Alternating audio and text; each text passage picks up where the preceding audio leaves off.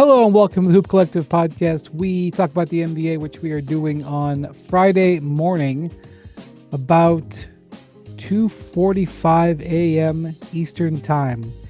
Joining us from Ball Arena in Denver, Colorado, where the Denver Nuggets had a thrilling victory over the Boston Celtics and what was surely one of the best games of the NBA season on Thursday night, is Tim Bontemps.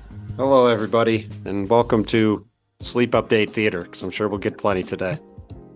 The Get Up planning pre-production meeting is in about 3 hours. Oh.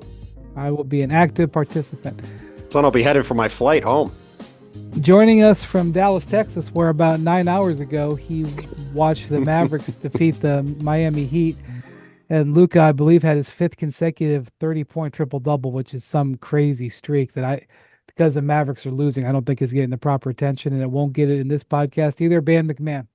Howdy, partners. Windy, I'll let you know that while you're hard at work in that get-up meeting, I will be just snoozing away, baby. Yeah. You've earned it.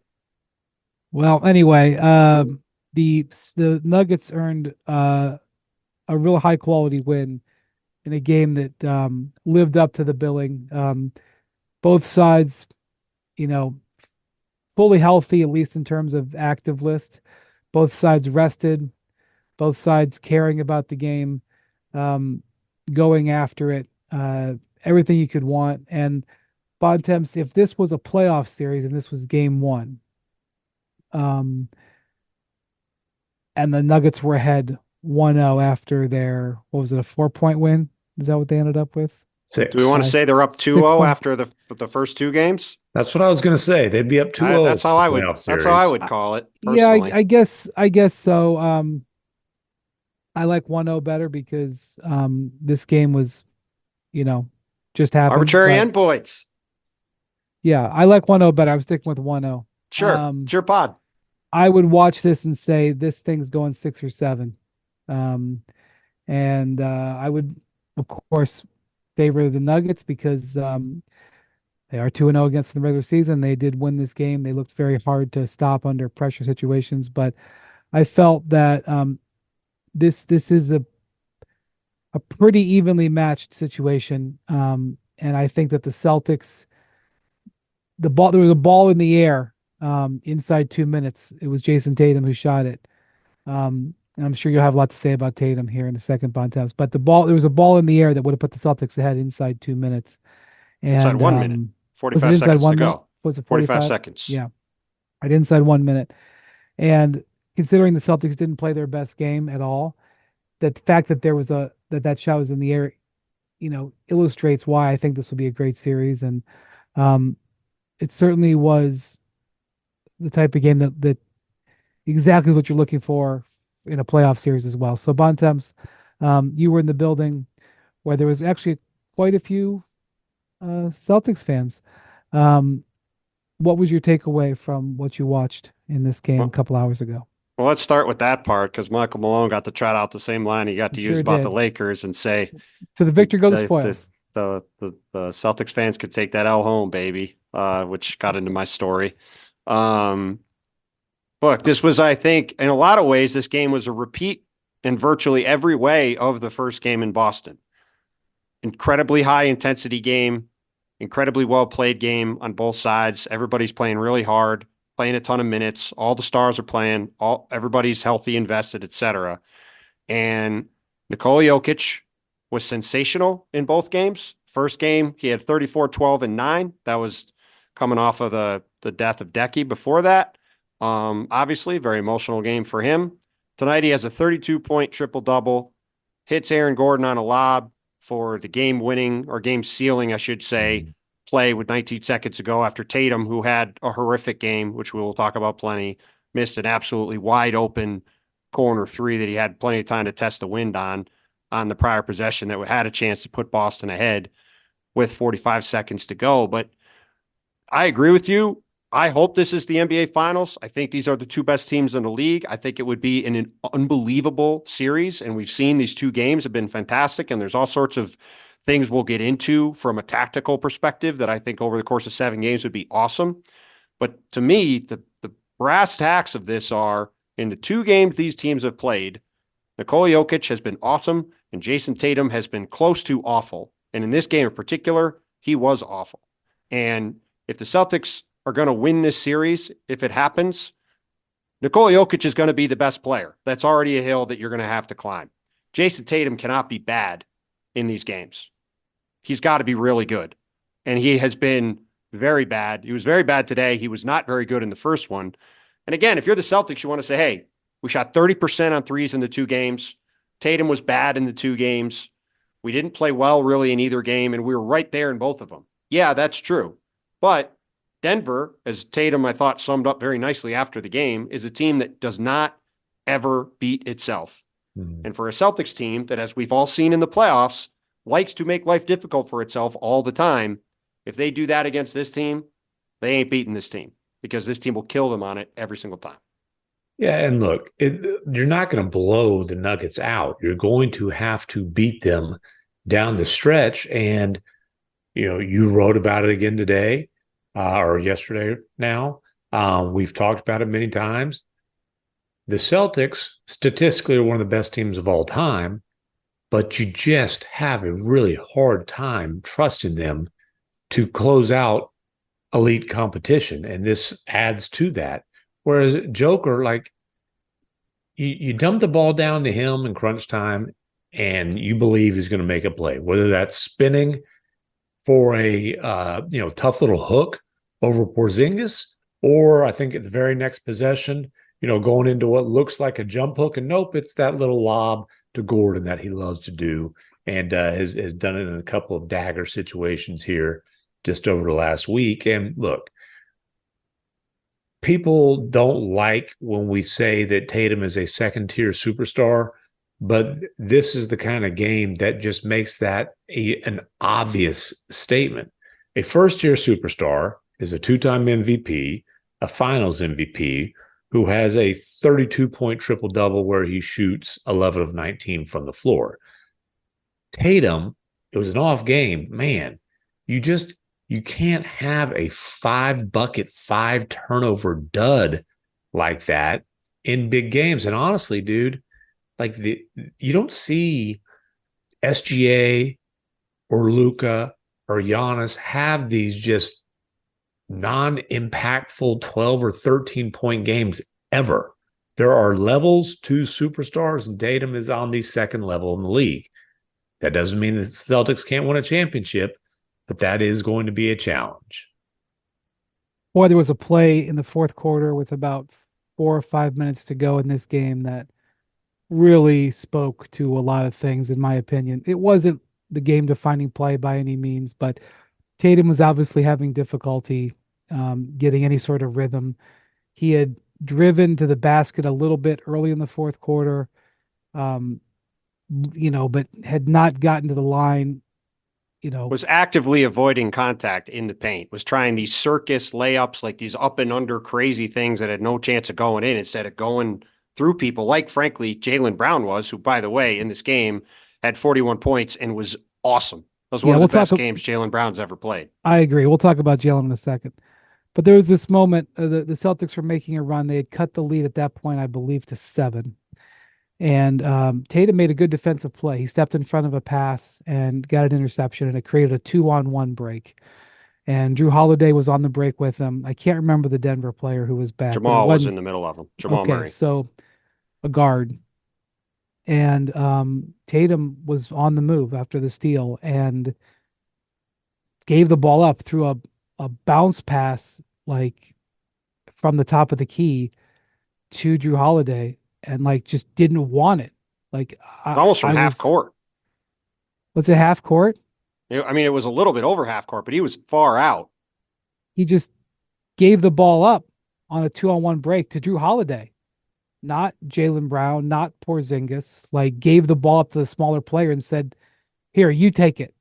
And Holiday was, in my view, stunned, and fumbled the ball and didn't get up a clean shot. And the fact that Tatum would not just want that and go try to say, "Go ahead and try to stop me. I'm 6'9". Not only am I going to score here, I'm going to dunk, and you might foul me." I don't know. I don't want to overthink it, but just the fact that he did that just was a complete illustration of his mindset. He didn't want it. And was really starkly against Jaylen Brown, who very, very clearly felt this game was hugely important. And right out of the gates and throughout the game, especially in the second and third quarters, when the Celtics were really floundering, really couldn't get much going offensively, just was fierce in his aggression and forcing it. Now, And one he thing had really the quick, just to yeah. back up on that. Tuesday night, I'm in Cleveland. They have this collapse and lose, disastrous loss.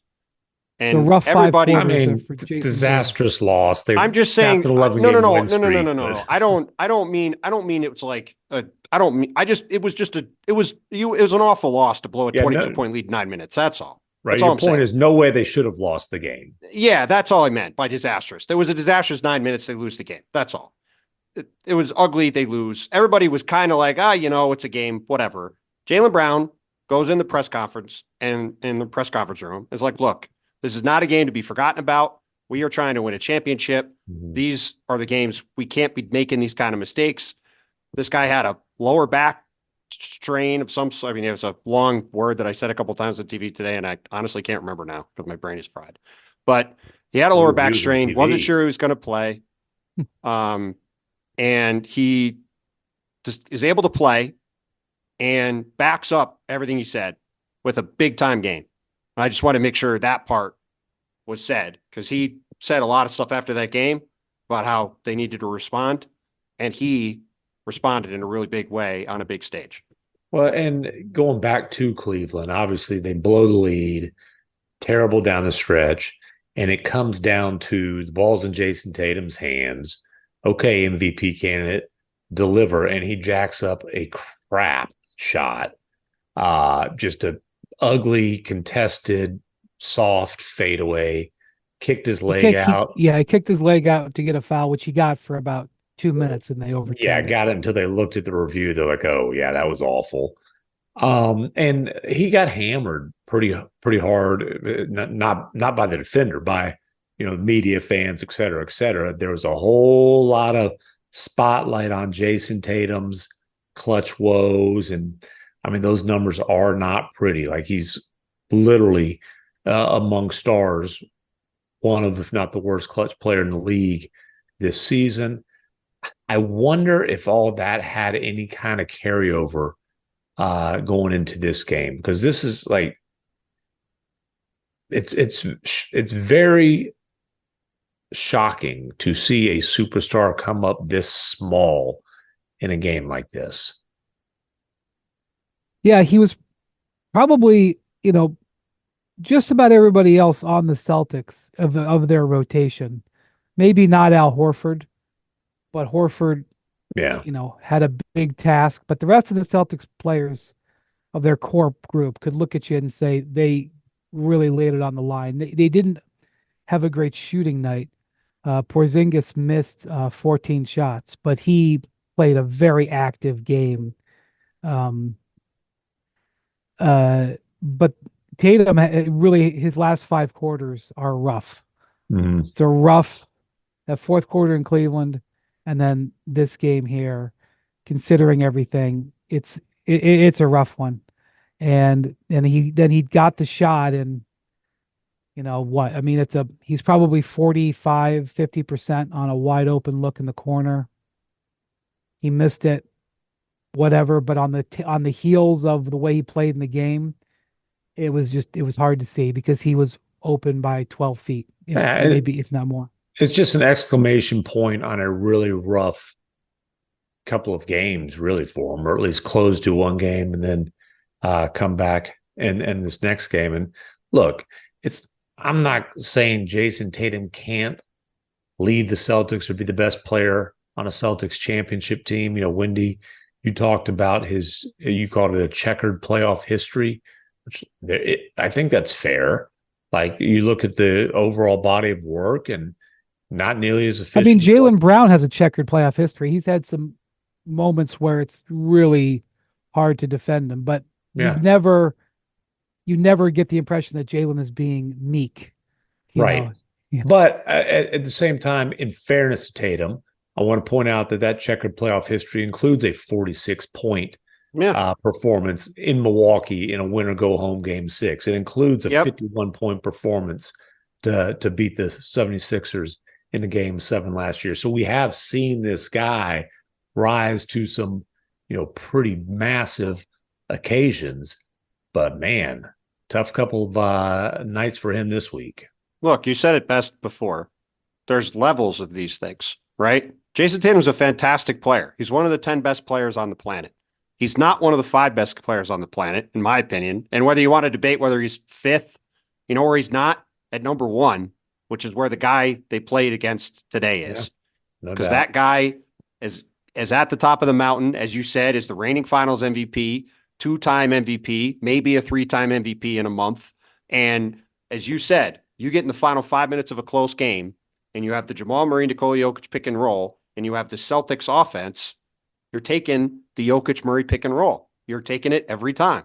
And that's the thing that the Celtics are going to have to overcome if they are going to win a championship, because they have, as you said earlier, their statistical resume is unbelievable. They're one of the best teams of all time in all these various categories. They have an incredibly versatile roster. All these switchable players can do all this different kinds of stuff. They've got 8 elite shooters in their rotation, all guys you have to worry about. Like, they've got a fantastic team, but they don't have that true blue MVP, top 3, top 5 player on their team that you typically see championship teams have. And when the Celtics played in the NBA Finals against Steph was better than Tatum. Was a big part of why Golden State won. And in these 2 games, again, it's just a reminder that if this is the matchup in June, that's a hill the Celtics are going to have to climb. And maybe Jayson Tatum does climb it. Maybe they win. Maybe he outplays Jokic. Maybe he ascends. He's certainly got all the ability to do anything on the court. But as we sit here right now, if these teams play in the finals, I'm picking Denver to win because, again, these teams are very similar. And if it comes down to it, if they're similar, you're taking the better player at the end of the day. And Jokic is going to win that every time. Because the other thing the Celtics don't have is anybody who can handle Joker. And that's with all due respect to Porzingis, who obviously has had a great defensive year. Porzingis can't stop Joker. Anthony Davis can't stop Joker. There's nobody on earth who can stop this guy. We haven't found the person yet. Right. So there was some wrinkles in this game. I'm sure that not everything in the playbook or the ingenuity concepts were rolled out because it is a regular season game, but there was some things that were shown strategy-wise in the game, specifically against Jokic. The Celtics, of course, used a blend of maneuvers against him, but late in the game, Joe Mazzulla went with Drew Holiday guarding him straight up. Which he's done against Giannis, which he's done against Joel Embiid, some other guys like that. And they did several different things. They left, the guy who was on him in one-on-one. It was Holiday for a good section of the fourth quarter. They also went with Porzingis. They also went with a double big lineup a little bit during the game with Horford and Porzingis in the game. They played them straight up, and they also brought double teams. And they actually had some mild success bringing double teams, able to get some stops. Jokic did miss a couple of shots. So that's interesting, food for thought. Also, for a while, the Nuggets left Jokic on Drew Holiday at the other end of the court. And there was a stretch there as the Celtics were chopping the lead down where I do think Mazzulla's alignments in terms of matchups actually swayed some things in the favor of the Celtics. Holiday hit a couple of shots with Jokic sort of out on an island. There was a little bit of offense-defense played by Michael Malone because he was a little bit uncomfortable with the matchups. He was moving Jokic around. So there was some showing of some hands. Not that there was anything radical that the Celtics hadn't done. But a huge factor when, it's easy just to say, oh, Jokic is hard to guard, but a huge factor on this, and this has been, if you've watched any Nuggets game this year, over the last few years, but particularly this year, people talk about the Jamal Murray pick and roll, and of course, it's devastating. And the way they use Spain pick and rolls, where they have multiple screens set for Jokic, and gives them all kinds of different options at the top of the key. But the guy you got a game plan for, I really do believe, is Aaron Gordon.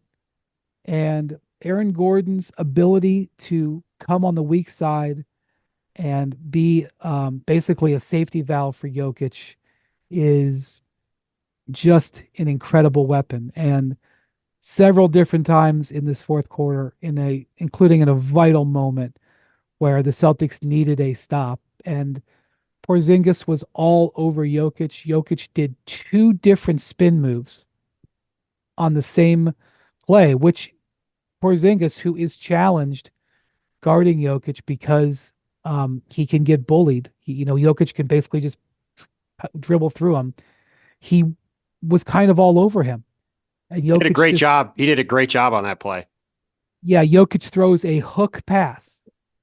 And Aaron Gordon had two dunks in the final 5 minutes, one of which was on this play where he just comes from the weak side and dunks it. The other was on a putback where, again, Porzingis, I believe, did a great job forcing a Jokic miss. In both situations, the Celtics brought double teams to try to get to interfere with the guy who shoots 65, 70% from putting the ball in the basket. And in both situations, Gordon murdered him. And in both situations, Tatum is standing there and he's in the wrong position. Now, just like he was, by the way, standing there with 19 seconds to go on Tuesday and watched Dean Wade run right to the rim and get a putback dunk in what turned out to be the game-winning play on Tuesday. Yeah. Now, look, it's easy for me to say Tatum's got to be there on Aaron Gordon. You'd be leaving another guy open on the backside. The Nuggets shot terribly from three-point range in this game. They were 421. And if he goes and sells out on Gordon, Jokic could just as easily have hit like Contavious Caldwell-Pope or Michael Porter Jr. in the corner. Right.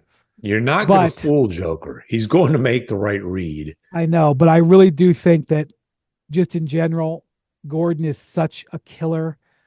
You might have to sell out to stop those lobs because well, what you need to do is not have your low man falling asleep watching him go by you. Like, that's the thing. You have to get a body on him and not let him cut to the rim for a dunk. That's what you have to do, which requires you to be locked in a way that Tatum wasn't. And just in general, to Tim's point about making the right decisions, points off turnovers in this game, Denver 16. Celtics had a lot of live ball turnovers. Boston 6. It was a 6-point game.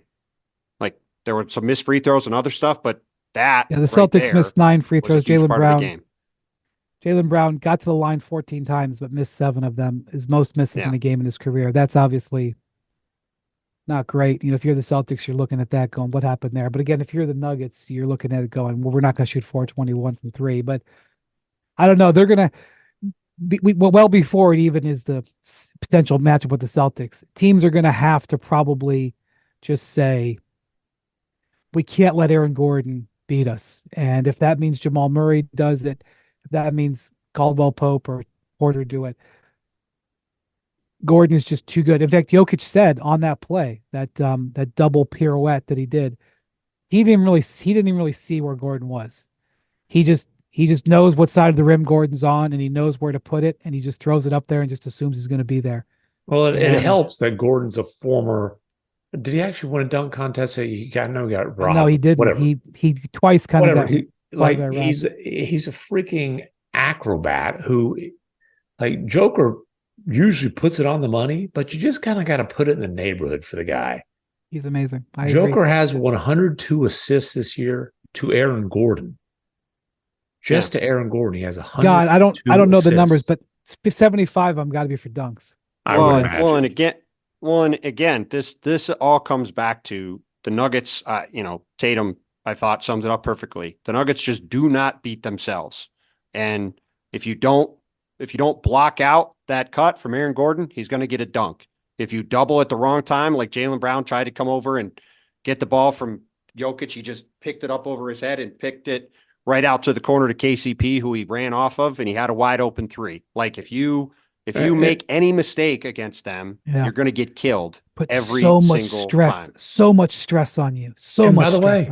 You can play it perfectly. You don't give up the cut. You stay on the shooter, and you have a 7'3" guy perfectly positioned. and Joker can still drop in that Still hook. score anyway. Like He Joker, he's a 60% he could have made shooter that on hook tough instead of shots. passed it. I know. He shoots straight up in the air too. You're right. He has the best touch in the league. He has the best paint touch in the league, and it's not close. And his there's several amazing things about him. One of which is, he's a bull who like never seems to get tired. He never seems to get hurt, knock on wood, like you know, um, and he never seems to ever come close to choking. I'm sure there's people who have the deeper catalog of Jokic moments than I do could probably say, well, there was this one or two times, but it doesn't even look like his pulse quickens. He just is just cold hearted about it all. So, and his attitude and mood is always exactly the same. I mean, the most energy he shows is getting mad at officials, and a lot of times when he gets mad at officials, which he's guilty of sometimes being out of plays because he's looking like Luca. Most of the time, he's right. Like this guy. He is, but he also complains a lot. And Yeah. the technical he got in this game actually was a huge bad. play in the game because he was screaming at Tony Brothers the entire way down the court. Tony Brothers waited to call a technical to see what happened on the fast break. Jaylen Brown got fouled on an and one. He then calls the technical on Jokic, which Jokic, he probably got fouled at the other end. I never saw a replay, but he certainly earned the technical on top of it. And that became a 4-point play. And the Celtics went from looking kind of dead in the water to being back in the game, help spur a rally to get them back into it, which if the Celtics are going on to win this game, that would have been one of the defining moments of the game, frankly. Jokic is forever always hacked up on his arms. You always see in like every game, you see red scratches all over his arms. It's good for pleading your case. Also a factor in this game that I think would be interesting to watch play out in a long playoff series is the bench play. Neither of these teams have what you would determine as a deep bench. And there's a lot of unproven, especially at the highest levels on their benches. And Denver got way better overall bench play in this game, particularly from Peyton Watson, who was just an energy machine. He hit 5 shots, was just very active also on the boards. But they outscored the Celtics bench, I think. Let me see the actual number. It was something like 30-12 or something like that. 28 to 10. Yeah. Okay. I don't think that would necessarily repeat itself in every single game in a series. But that was something that we would definitely be watching over 4 or 5, 6 games. And that was something that was heavily in the Nuggets' favor. I mean, are either of these teams going to play 8 guys if they get to the finals? No. Well, Malone played 10. Okay. Yeah, that's what I mean. He's probably not Reggie playing Jackson, Zeke Naji. Yeah. Reggie Jackson, who Malone called out before the game and needed to play better, was bad. Zeke Naji played a few minutes and was fine, but he will not be playing in the playoffs. So it's really Peyton Watson, who played very well, Christian Brown, who played very well, and that's about it, I think, as far as bench players are going to be playing in the finals. Well, Justin Holiday will probably play. I do not. I will bet money that he's not. I think that would be very bad if he's playing in the finals. Who's playing for them. instead? DeAndre Jordan. Peyton Watson and Christian Brown are going to play. Yeah, you know who's playing instead? Kentavious Caldwell-Pope. Yes. Jamal Murray. Nikola Jokic. I think they'll be playing. Wow. I think they'll be playing those 7 guys, and maybe Reggie Jackson plays a little bit if he's playing well. My Pat Rileyism. Yes, in yes, a we playoff do. series, which is you play 8 and trust 7, and by the later games of a playoff series, you sometimes play 7 and trust 4. And for Boston, they're going to be playing their 5 guys: Al Horford and Sam Hauser, who is a big guy who can guard, a big wing who can guard a little bit and is a lights out shooter and he got a couple threes today. And then we'll see if Peyton Pritchard could play a little or if they mix in another big here or there. They tried Xavier Tillman today for a different look. That did not go well at all. Tillman had a couple of good games his first few games at the Celtics. I understand why he was in that Oh, rotation. I mean, the Joe Mazzulla is trying different stuff all the time. Even today, Yeah. they were changing up their rotations all the time. On Tuesday against Cleveland, he had Holiday guarding Isaac Okoro. Like they've spent all season tweaking things and trying things and testing things out for the playoffs because that's how they operate. And they did the same thing today. Just I don't think Xavier Tillman's going to be playing in the finals if it comes to it either. I also think in a series between these two teams, that the variance on Porzingis will be huge because Porzingis, he has games where his 3-point shot is more of a factor than not. The way the Nuggets are playing, he's going to be able to get threes. And he's played well in both games too. Didn't hit a ton of shots. I mean, he went 3 for 10 from 3 today, but he played well in this game and he was really good in the first game. And if he takes 10 threes in 5 games, there's going to be games where he makes 6. And he really got a lot of looks. But that's one thing that I think Boston can take away from that. They really can put the Nuggets in some rough situations because Jokic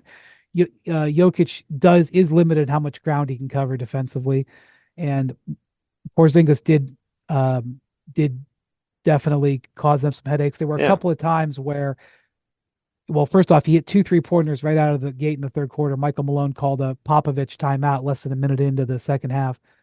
There were a couple of other times after he called that timeout where Porzingis got open on threes, and they were at the Nuggets end of the court. And so, I mean, Malone was fully into this game. He was turned up to 10. He was up and down the sidelines going crazy, screaming, running back to his bench to have them check replays. Like he was, and Porzingis got open for threes, and Malone slapped his head as the ball went up, and they missed. He didn't hit a bunch of them. But well, and it is worth pointing out again, the Celtics are easily the best shooting team in the league, highest volume shooting team from 3, highest makes, highest attempts, 4th in percentage. I think they're 41-4 when they shoot over 33% from 3 this season. And one of those losses was the game Tuesday that they were up 22 with 9 to go. And in the 2 games against Denver, they've shot 30%. And they've, like, both games, they've missed a good amount of open shots. And obviously, if you're going to shoot that many threes, you're going to have some variance. But if they'd shot 37% in the 2 games, even with Tatum playing bad, they're probably 2-0 in the games, and we're looking at it differently. I also think that, go ahead. I was going to say one thing on Porzingis threes. How do you think your legs feel when you're wrestling with Joker? I agree. You're right. Like seriously, like you're dude, right. You're absolutely right. It's no question. When you have to work that hard on defense, it makes shooting the ball a lot more difficult. No question. I also do wonder if they're going to have to play more of Horford and Porzingis, and they will in the playoffs by default because they'll be playing more.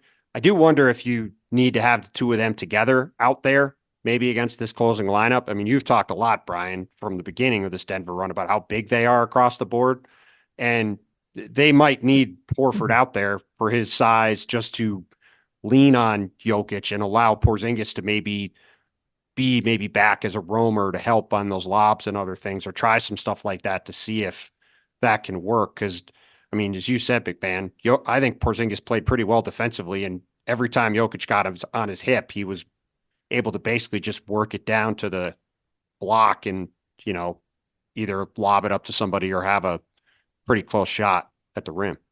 And I understand we're really going into this one like we normally wouldn't go into on a regular season game, just because we can all sense what this means and how important it is.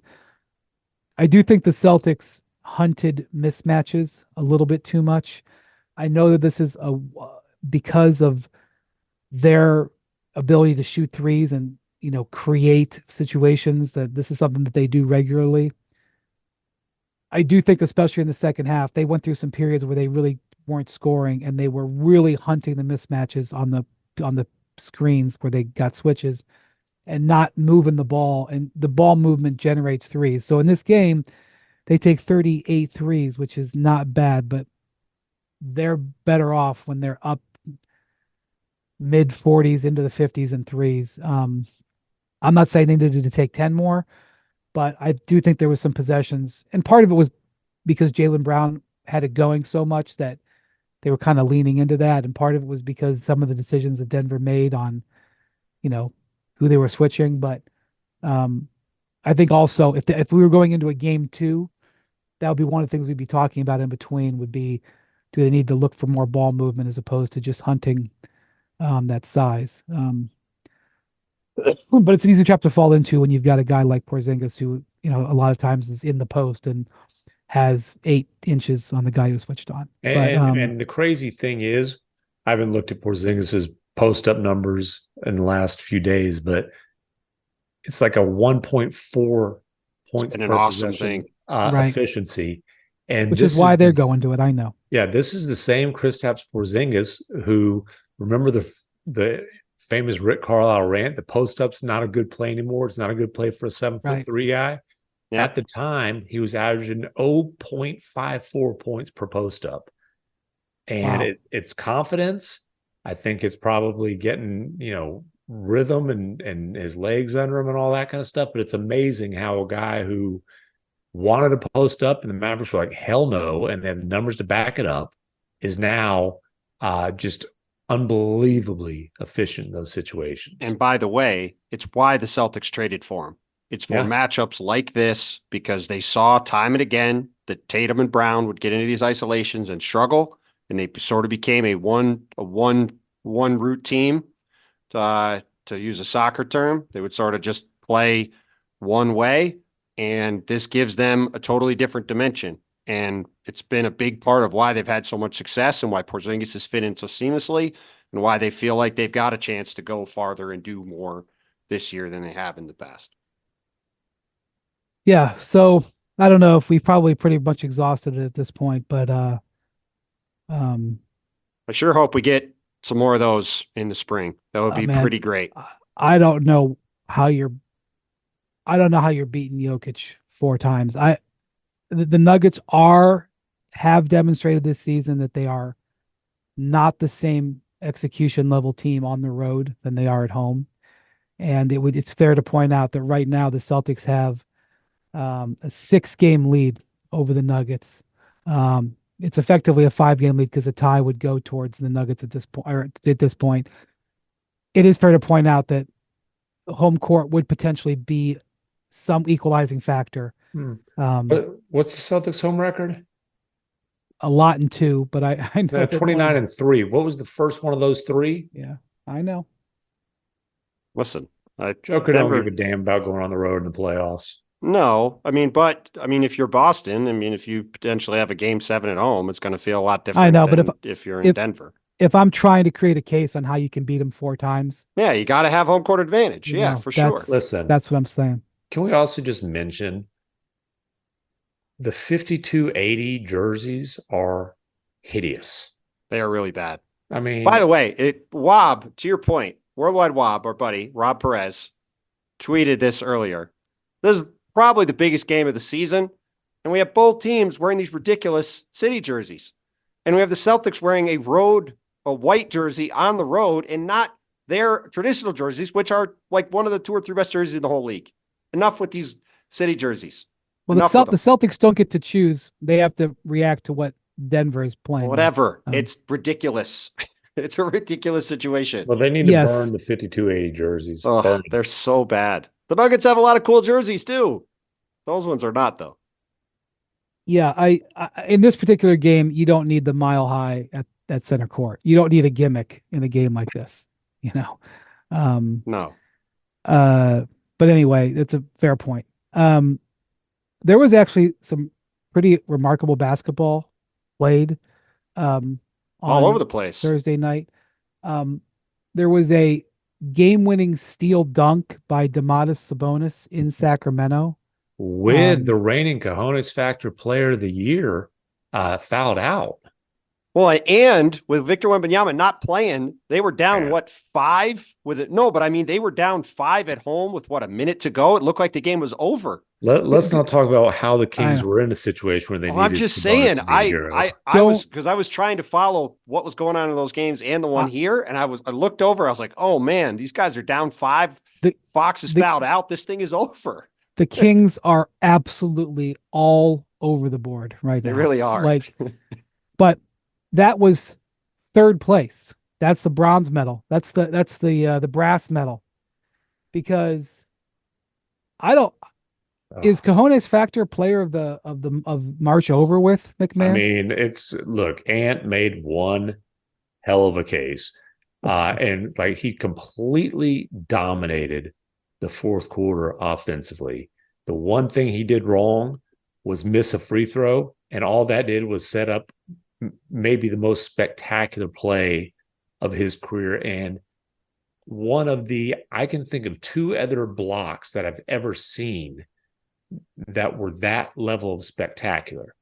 Bam Adebayo on Tatum in the bubble playoffs. Oh, right. And LeBron's chase down block, the most famous block in NBA. Good callback. LeBron, I immediately thought of that. I was there for the Bam one too. That was unbelievable. I mean, that was ridiculous. But this, I mean, dude. Remember the Kawhi middle finger block? Oh yes, that's up there. Yeah, too. that was good too. That was amazing. But just not in as terms, but not as athletically unbelievable. The athleticism on this, where it was Neesmith, I believe, right? Yes. Poor bastard.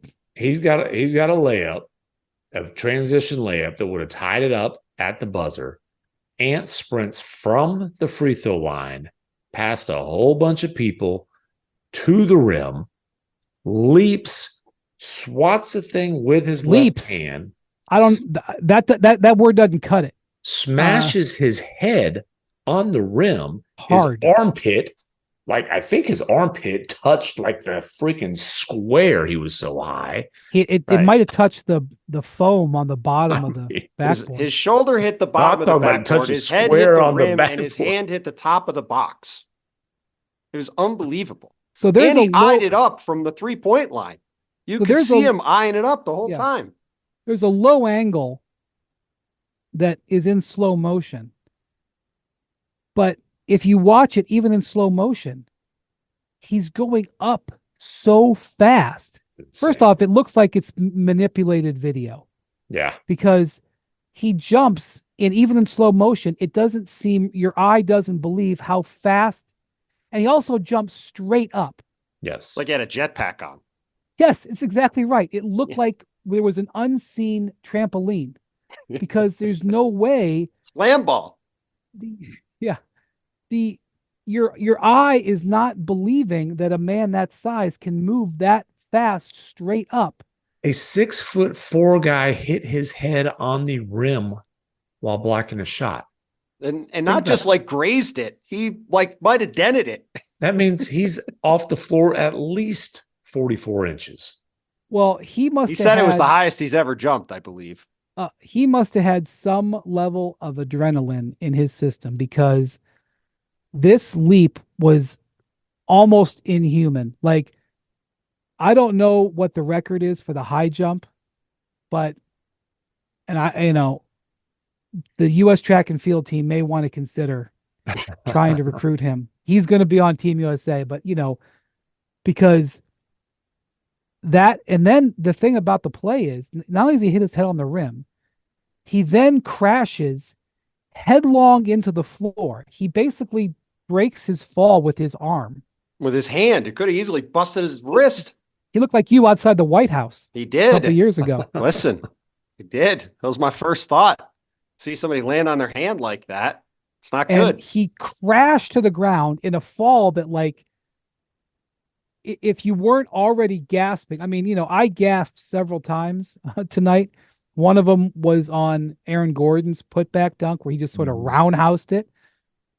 But that was like child's play compared to, and so he crashes to the ground with incredible force to the point where you're like, oh my God, he might have fractured his hip, might have broken his wrist, might have a concussion from hitting the rim. And he bounced back up to celebrate like he was made of rubber.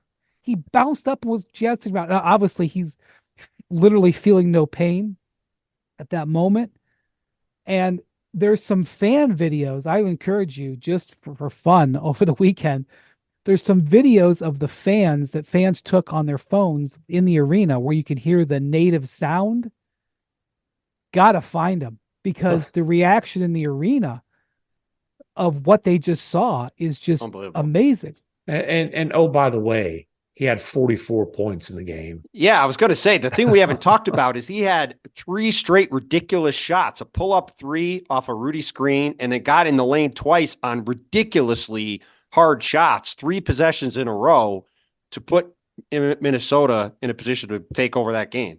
So you say ridiculously hard shots. I would say they were I liked the shots because I thought they were rhythm shots for him, which, we've talked I guess a I lot should, about. yeah. I mean that Like, they were just heavily contested and difficult shots, but yeah, he was clearly in the flow. Yeah, they were. I thought they were difficult shots to create, but they were well created, if that Yeah. makes sense. No, And we totally.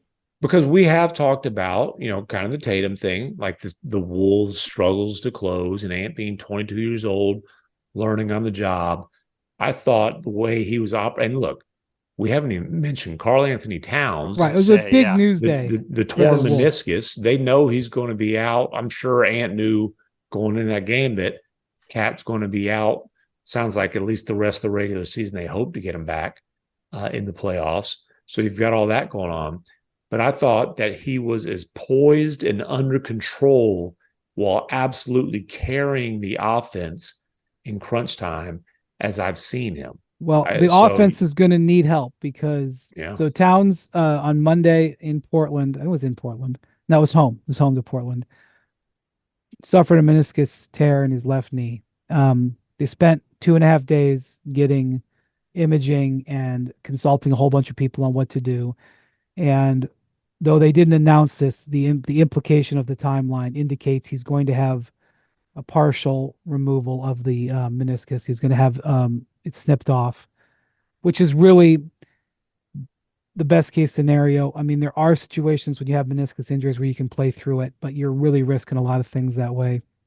I think the key is it's not necessarily a season-ending injury. And if you're Minnesota, what you need is you need Cat to hopefully be able to play in a series against the Nuggets. And this leaves that door open. The thing about this is first off, there's that game against the Pacers on Thursday was the first of a 6-game road trip. So it's never good to lose an all-star, but now you're losing him for the last month of the season and you're losing him at the start of a 6-game trip.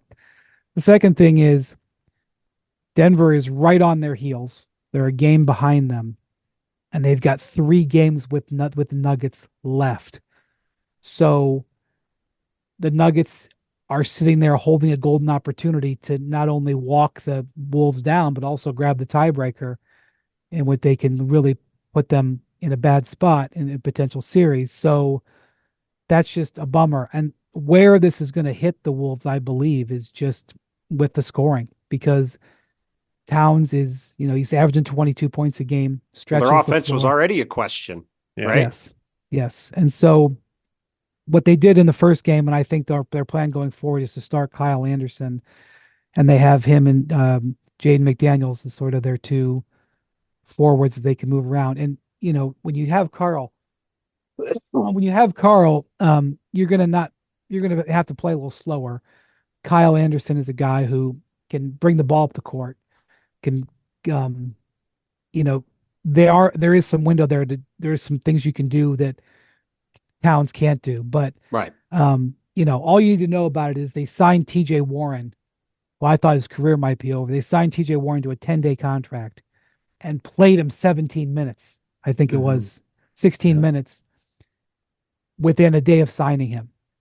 And that just tells you all you need to know. Now they are equipped with a terrific backup big man in Naz Reid, who is one of the best backup big men in the league. And so they still have that ability to go big. They still can align in those 3 upcoming games against the Nuggets. They still can go big, but their replacement challenge, Bontemps, is somehow finding the offense that they're losing with Towns. Yeah, I mean, look, we've talked all year about how big a year this is for Minnesota and all the questions they have ahead of them, and it sucks that they have to deal with this now. That being said, it does seem like, as Adrian's reported, as we've all talked about, it seems like there's a decent chance that he'll be back by the start of the playoffs, which, by the way, this is a quirky thing, but because of how late the regular season started this year, the playoffs aren't even starting if you're one of the top 6 teams until April 20th, which normally they'd be the whole week earlier, which in this case might be a huge difference because that could be the difference between coming back, say, game 5 or 6 of a first round series, or maybe the start of a first round series. It could end And up look, being maybe he pivotal thing doesn't for them. even the first round. I mean, look, everything in the West is going to be hard, but if the Timberwolves have a top couple seed, they may just have to try to gut it through a first round without I him. mean, yeah, they But- only have to play like the Lakers or the Mavericks or the Suns or the Or the Warriors. Warriors, right? Or They may Anybody. slide. Kings. They may slide. Pelicans. They Yeah. may slide to 3 or 4 and may not even get one of those teams. They may Yeah. get the Pelicans. Yeah, like Maybe you they get the said. Pelicans. But yeah, so like it is going to be, I thought it was interesting. They started Kyle Anderson. You know, I wondered if they would start Naz Reid, but I think having him as a scoring option off the bench makes sense because he is a really good offensive big, and that does allow them to balance things out a little bit. And if you have Kyle Anderson out there, a really smart, heady guy who can handle the ball, like you're also really long too. Then you got him and McDaniels on the wings. Ant's a really good defender. That's a hell of a defensive lineup. Like you might have some trouble scoring, but you know, they also were in a game with the Pacers, who we've talked about their offense all year, and it was a 113, 111 game, Right, right? absolutely. Which for Indiana is like scoring 90.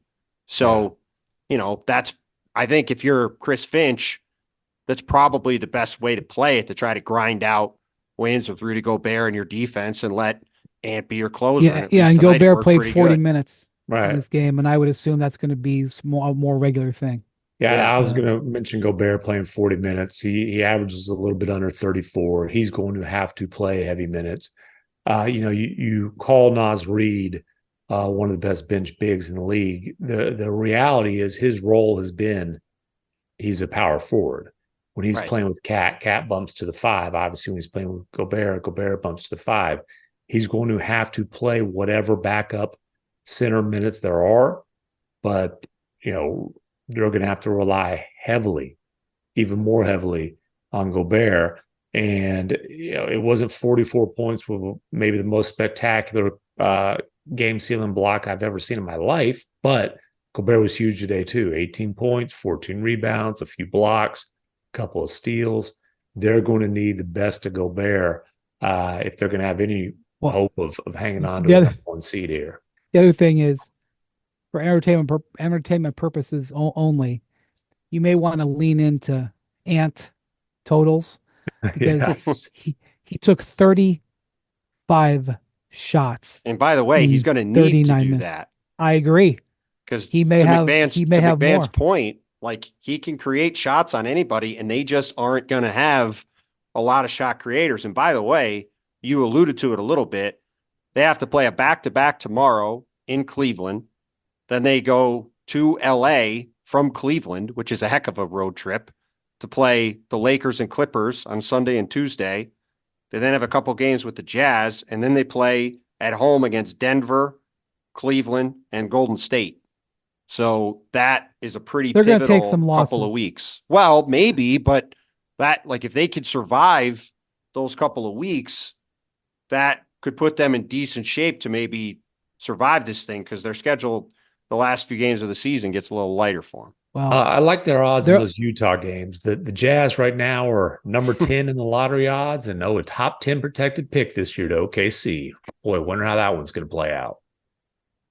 Yeah, I got a good feel about how the Jazz are going to finish, just like they did last year, to keep that pick. All right, before we go, before the sun comes up, I do think we should talk quickly about the Bulls, who are in a very unlikely and unexpected little late season renaissance here. They've pulled off a number of victories. They've gone 3-0 on the first 3 games of this 4-game road trip that they're on, coming back from 20 down in Sacramento. You know, like I said, buy a ticket and buckle in whenever Sacramento's playing right now. Seriously. And the Bulls, by the way, the Bulls, I think, are in I think the Bulls have played the most clutch games of any team in the league. Every game they're in is a 5-point game, it seems like. Well, the other team who's like that is Golden State, who, big surprise. Like, that's the other thing. I guess the Kings have blown the most 20-point leads and have the most 20-point comebacks. second only to the Bulls, or either the Bulls are second. So I guess it's not a surprise that in that game it was a 20-point comeback. And I guess it's not a surprise that when the Bulls play the Warriors, two teams, all they do is play clutch games. It comes down to the clutch. The Bulls pull the win off in Golden State. Golden State had been, other than the bomb that they dropped in Boston over the weekend, had been really, really good. And DeMar DeRozan has been, he's trying to get that cojones factor. I was going to say, when you asked me about Ant, I thought about DeRozan. I just looked, he had 9 points in the fourth quarter tonight, and that includes 2 go-ahead buckets in the last minute, including the and one that put him up for good. In the last 3 fourth quarters, I believe he has a total of 45 points. Oh my 45 God. points in 3 quarters of 3 wins of the comeback variety is pretty impressive. Pretty good. The big news, unfortunately, for this game for the Warriors is Steph Curry sprained his ankle in the fourth quarter. Curry wears moon boots under those shoes to protect his ankles. I'll never forget the first time I saw, you see the ankle protectors above, but I don't even know how he gets that thing into those shoes. He should be wearing like LeBron style shoes. LeBron wears these, well, he doesn't so much anymore, but in the middle of his career, he used to wear these clodhoppers. I don't know how Steph gets those things into the shoe because the shoe doesn't look that big. He's got a lot of protection on his ankle. He's like those offensive linemen who every offensive lineman wears knee braces on both knees to try to knock down the number of knee injuries that they have because they're constantly getting fallen into. Steph, every single day of his life for a decade now, has taken steps to protect his ankles.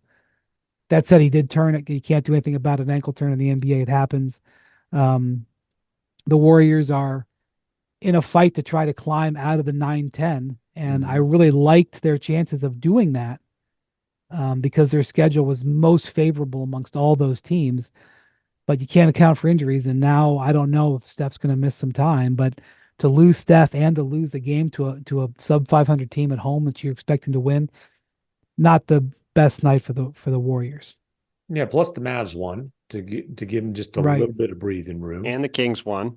The Kings are now in 7.5 games back of first. Mavs 8th, 9 games back, and then the Warriors and Lakers are both 10.5 games back, so tied for 9th. The Mavs and Warriors do have 3 games left against each other. Right. One of those was the game that was postponed because of Decky's death.